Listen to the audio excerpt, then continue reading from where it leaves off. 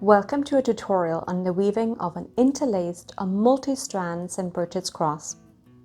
For this cross, I'm tying off a bundle of rushes at the top and bottom. I then weave through some rushes and the projecting ends are tied off on either end to make this cross look like interlaced bows. I will demonstrate in just a minute. But first, let's check out some historic examples from the museum. Among the hundreds of crosses submitted to the Folklore of Ireland Commission in 1942, the Interlaced cross was the third most popular cross. Most of the submissions were single or multi-diamond crosses, followed by the four-armed cross, for which you can find links in the description below.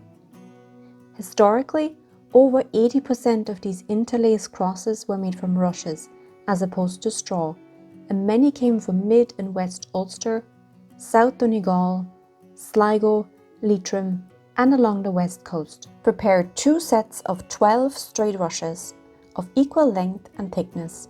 Then take the first set of 12, make sure the rushes are parallel and not crossing, and tie it off at the top and bottom with an elastic band.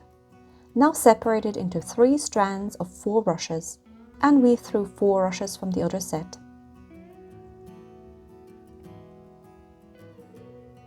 Then weave through the remaining 2 strands.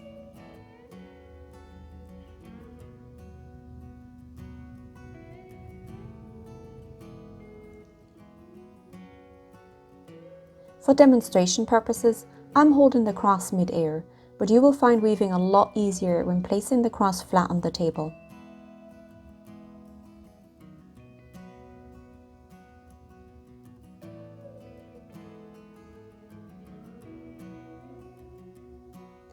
Here I'm tying off the projecting ends with elastic bands, and I'm adjusting the center of the cross.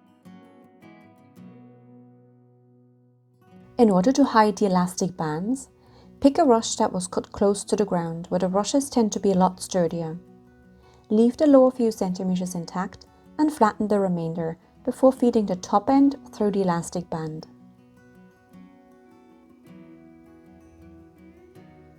Then wrap it around 3 times horizontally to cover up the elastic band.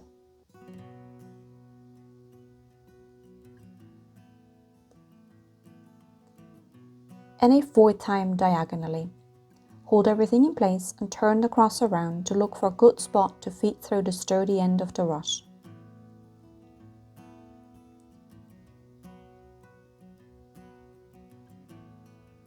Continue to hold the wrapped portion in place and flatten the rush forming the loop if necessary, and then pull it all the way through.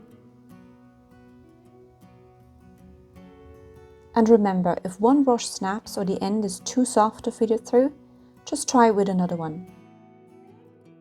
As a final step, shorten the loose ends and cut the arms to your liking. And here's your interlaced cross. If you enjoyed making this one, why not try another one? I have all the links in the description. Thank you so much for watching.